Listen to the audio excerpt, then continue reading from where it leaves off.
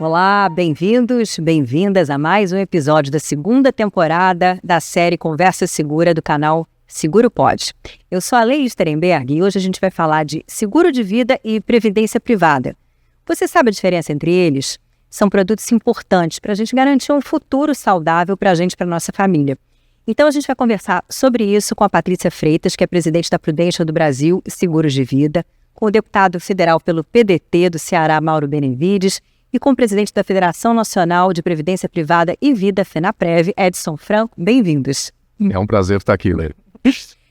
Edson, começando com você. FENAPREV divulgou em 2023 uma pesquisa que mostrou que só 9% dos brasileiros têm plano de previdência privada, previdência complementar, e 18% dizem que tem seguro de vida. Tem muito potencial para crescer. Esses números são preocupantes do ponto de vista do planejamento da própria população? Os números revelam uma grande oportunidade, ao mesmo tempo que revelam uma situação preocupante do ponto de vista da existência de um déficit de cobertura securitária previdenciária de vida, né? Eu acho que existem várias questões que levam a isso. Uma delas é a questão de renda e emprego, né? Esses dois elementos são fundamentais para o crescimento de uma indústria de seguro de vida e previdência que, quando a gente para pensar, é um nível de proteção relativamente abstrato, porque você está protegendo o futuro, né? Então, a questão da renda, ela influencia muito, porque entre escolher uma necessidade básica de pagar o aluguel, pagar as contas do mês, ou a necessidade de cobertura de uma proteção abstrata, futura, naturalmente as pessoas, quando confrontadas com uma necessidade, elas optam pela subsistência. Mas existe um elemento muito grande de falta de conhecimento e acesso aos produtos existentes no mercado, né? Então eu acho que esse é um grande desafio, um desafio de comunicação e de educação financeira e securitária. Patrícia, seguro de vida são seguros de vida, no plural, que há vários produtos, né, que inclusive podem trazer benefícios em vida, sem que a pessoa tenha que morrer, né? Quer dizer, e não é para ser um tabu. Queria que você falasse um pouquinho sobre isso. Obrigada, Leila. É verdade. Hoje em dia, os produtos que estão no mercado são produtos que são para ser usados em vida, inclusive. São produtos que, sim, podem ser utilizados em caso de morte, para a proteção das suas famílias, dos seus negócios, mas existem muitos produtos disponíveis para serem utilizados em vidas, como doenças graves, diário hospitalar, coisas que as pessoas realmente podem ter necessidade a qualquer momento. Invalidez, por exemplo. Invalidez, sem dúvida. Quebra de ossos, cirurgia. Então, uma ampla gama de produtos. O mercado vem evoluindo muito nesse sentido.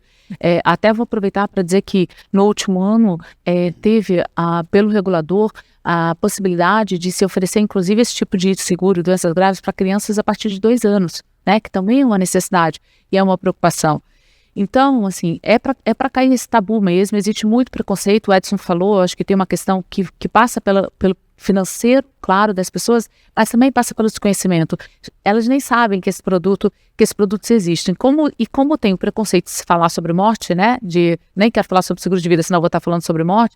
As pessoas acabam desconhecendo o que está disponível no mercado. Inclusive, produto que você atingiu uma determinada idade, não usou, né? Você eventualmente saca aquela reserva. Isso é possível também hoje, não é?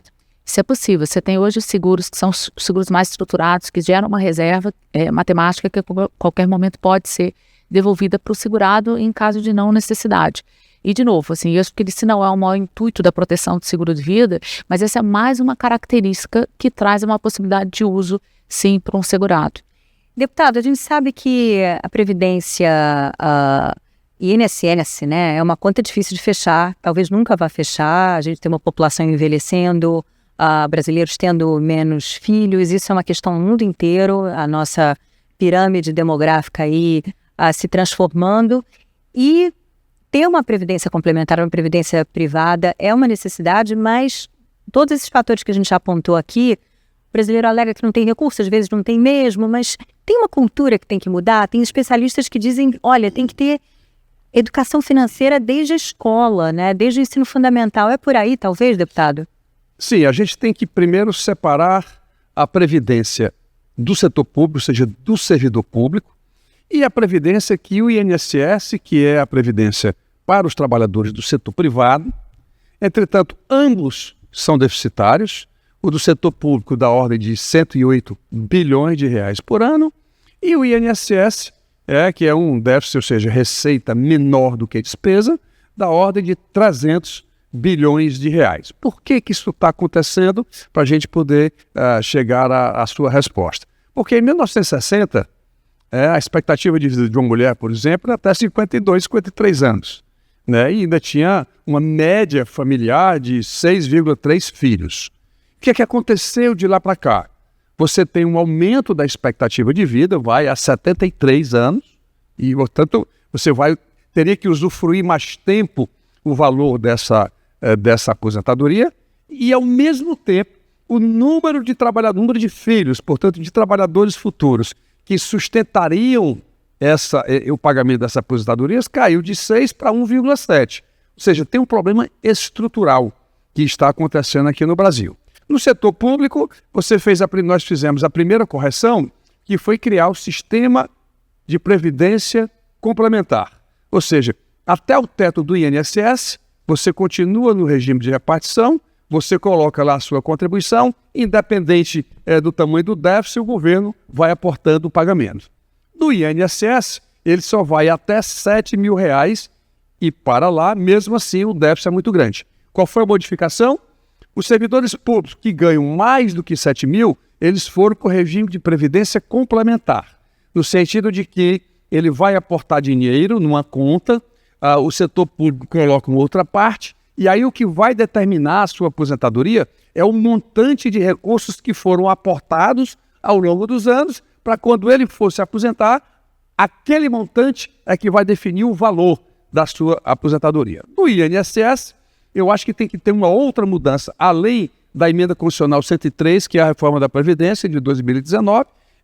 A gente, inclusive, pensa em que esse valor de 7 mil, para efeitos de repartição, que é uma coisa muito difícil, que é exatamente a gente diminuir esse valor de 7 para 4, para 3.800, isso diminuiu o déficit, e aí vamos buscar na Previdência privada esse complemento que todos nós realmente precisamos. Segundo ponto, nós precisamos realmente desenvolver na população brasileira, isso não é só porque é importante não, isso é uma necessidade de você ter uma segurança melhor, porque eu temo, inclusive, que no futuro o governo nem venha ter dinheiro para pagar essas aposentadorias. Porque se eu tenho hoje 2 contribuintes ativos para um aposentado, daqui a 30 anos, 29 anos, nós vamos ter menos contribuintes e mais aposentados, ou seja, vai ter uma falência do sistema. E aí é onde entra o regime de previdência complementar. Eu compreendo também que o nível de renda, né, do brasileiro e da brasileira, a gente precisa também, vamos dizer assim, apostar num crescimento econômico mais efetivo, numa geração de emprego muito mais significativo, para que essas pessoas, além de receber o estímulo, elas também tenham condições financeiras para poder buscar essa aposentadoria privada. E, obviamente, que a educação financeira, de uma forma muito robusta, ela, com certeza, incentivará a todos nós, brasileiros e brasileiras, a irem buscar essa alternativa. E é um setor muito atrelado, quer dizer, ambos, né? Seguro de vida e previdência privada, atrelado ao desempenho da economia, quer dizer, quando há crescimento econômico, o nível de emprego está melhor, a renda está crescendo, acho que as pessoas enxergam uma sobra de caixa, talvez para fazer um seguro de vida, para contratar uma previdência privada. É por aí, Edson?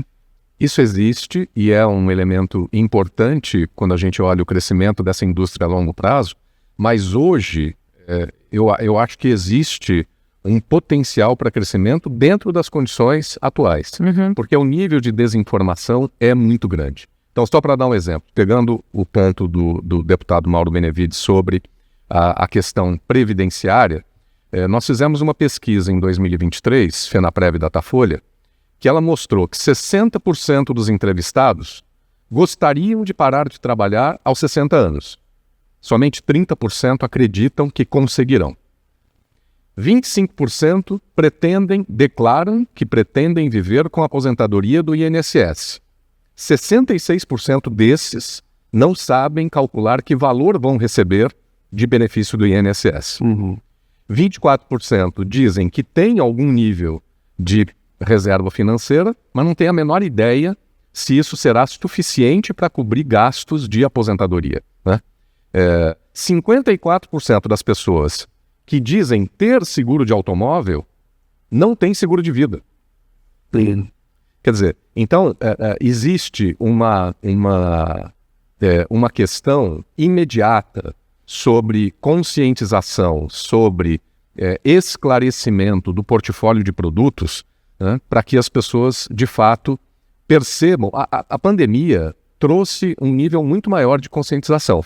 A questão do tabu de se falar de morte, ela foi quebrada com a pandemia. No primeiro trimestre desse ano, a gente viu um crescimento de seguros de vida individual de 28% em relação ao primeiro trimestre do ano passado. E tem algum fator que explique? Eu acho que o fator de esclarecimento, de aumento de consciência das pessoas em relação à necessidade de proteção da renda familiar, né? As pessoas pensam muito em proteger patrimônio, mas não entendem que não existe proteção a patrimônio se não houver proteção à renda.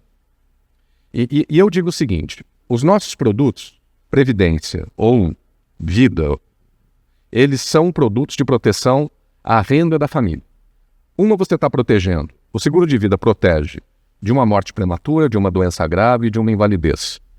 A previdência protege de um excesso de sobrevivência e falta de dinheiro na velhice, né? Então são dois mecanismos de proteção à renda da família. O que acontece quando alguém morre na família? Se a pessoa, o principal provedor da família, morre.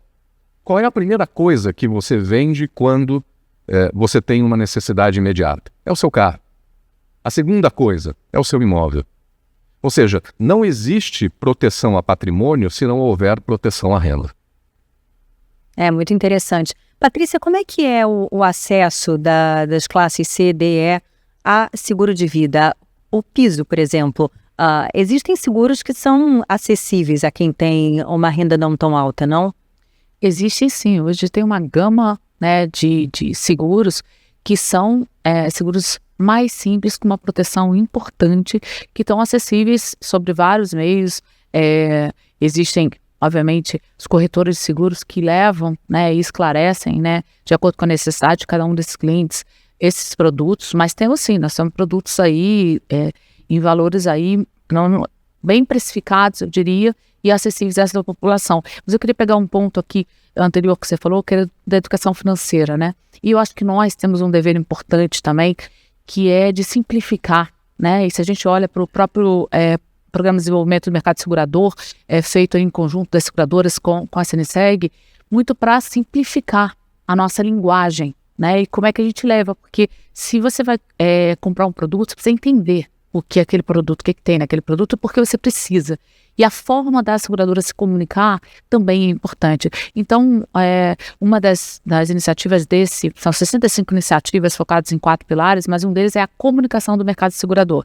Então, os produtos estão disponíveis, eles precisam ser mais conhecidos e um outro ponto, fáceis também de adquirir, né? Porque se são produtos complicados de adquirir, aí as pessoas, inclusive as pessoas mais jovens, ou acham que não precisam, ou acham que é muito difícil, né? Entender ou muito difícil de comprar, né? Então a gente tem uma série de deveres, eu acho que o mercado tem aí na sua pauta de como é que evolui e leva esses seguros mais acessíveis, inclusive usando os corretores de seguros para esclarecer para a população. E hoje em dia não sei em que medida pode haver uma sinergia com tantas fintechs, né?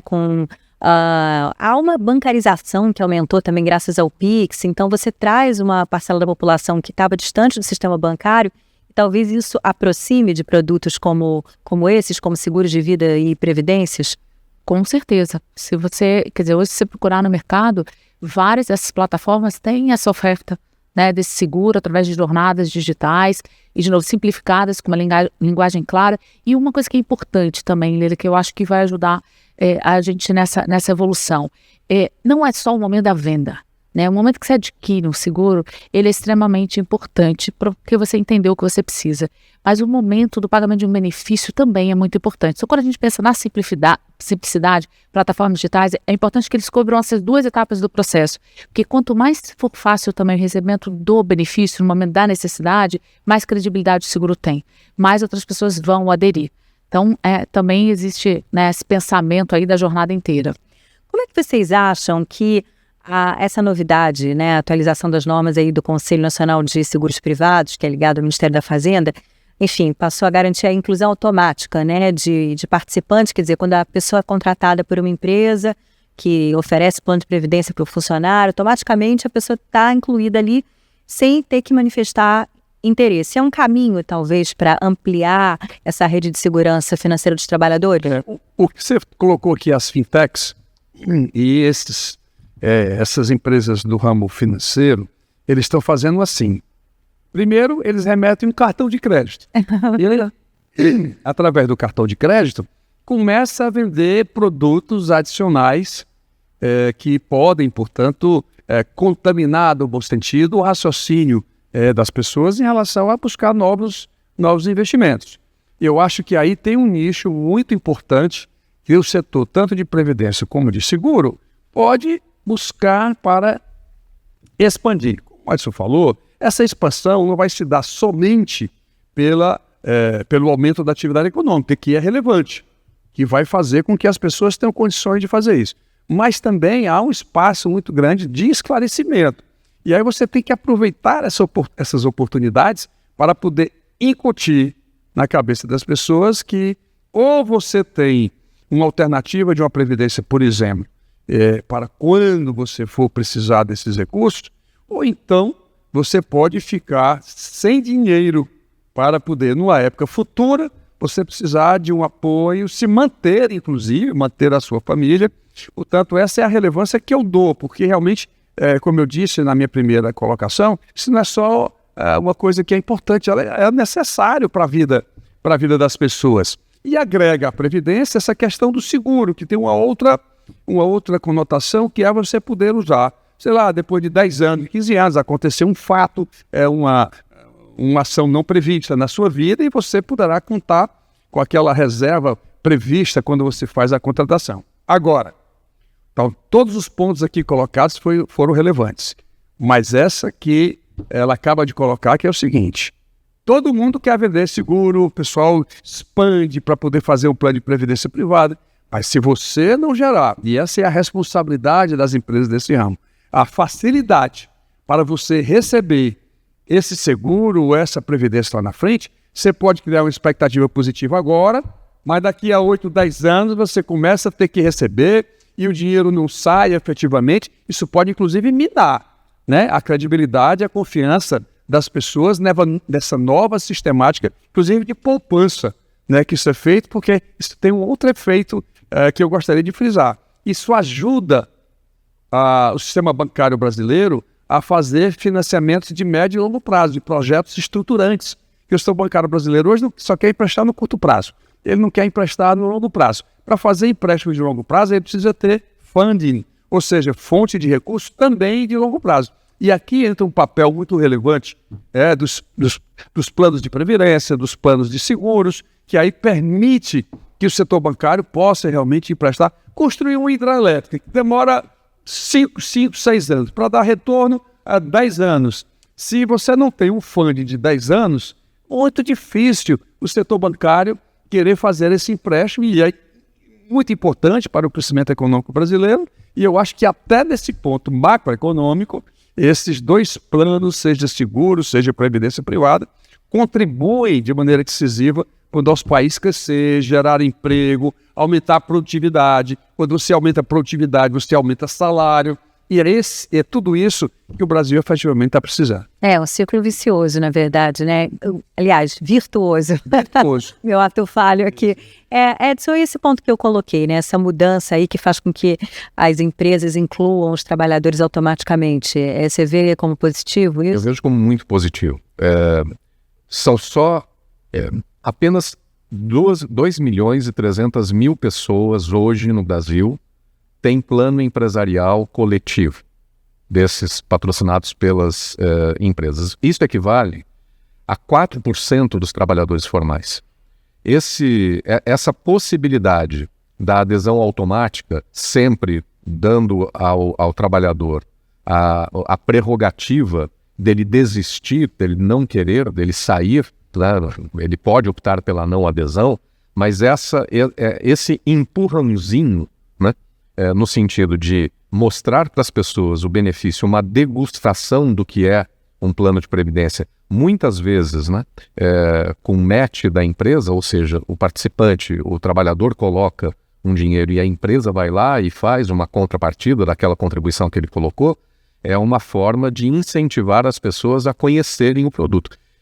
Existe aqui uma questão, ainda voltando talvez ao principal tema que nós temos, que é a questão de comunicação e informação. É necessário um esforço conjunto de iniciativa privada, das seguradoras, dos corretores, do governo, com um arcabouço legal simples, moderno, mas também das empresas, em levar o RH das empresas, levar esse nível de informação sobre seguros de vida, sobre previdência privada, para os seus funcionários, como forma também de divulgação dos benefícios e de construção de uma rede de proteção adequada aos trabalhadores. Como é que é a questão das mulheres? A gente está caminhando para encerrar, Patrícia, só para não deixar esse assunto passar batido, porque cada vez mais a gente tem mulheres chefes de família, portanto, alguém que vai fazer o seguro de vida tem que ser a mulher, mas mulheres também que cuidam, muitas vezes, dos seus pais, né? São as cuidadoras da família. Então, a mulher, ela tem que ser foco aí nessa história, inclusive nas políticas, não só de marketing, né? Mas, assim, de conscientizar nós, mulheres, da importância disso tudo, não? Eu sou suspeita, acho que as mulheres têm que ser foco em tudo, né? Bom, mas, assim, tem que ser foco sim, né? Você falou, hoje em dia aumenta muito a quantidade de mulheres que são as provedoras da família e hoje as seguradoras de vida veem um aumento, né, dessa cliente, né, que chega para proteger. Você falou um ponto agora super importante, que um instrumento como seguro de vida, ele pode proteger pais, né? Ele pode proteger pessoas queridas, né, que dependam, né, desse segurado. Então, assim, ele traz uma proteção ampla, né, porque às vezes, esse é um outro ponto, que às vezes as pessoas pensam, eu vou fazer um seguro de vida porque eu vou proteger um filho, por exemplo, quando na verdade você pode pensar num jovem fazendo um seguro de vida para proteger pais, né, então isso é um ponto super importante. E sim, os seguros para as mulheres também vêm evoluindo, né, porque a gente vê hoje, por exemplo, doenças aí, próprio câncer de mama, que tem, infelizmente, uma evolução importante. Então, o seguro de vida também traz coberturas para esses tipos de doença. Então, as mulheres estão sendo cada vez mais atendidas. E, então, assim, eu acho que elas têm que estar, assim, no centro, têm que estar no pensamento de como essas mulheres conseguem proteger suas famílias, o que elas precisam para isso. E, de novo, acho que é uma questão de equidade, né? No final, acho que tudo que a gente fizer tem que trazer equidade, né, de homens e mulheres. Então, sim. Com certeza. Até porque as mulheres, elas, em números são...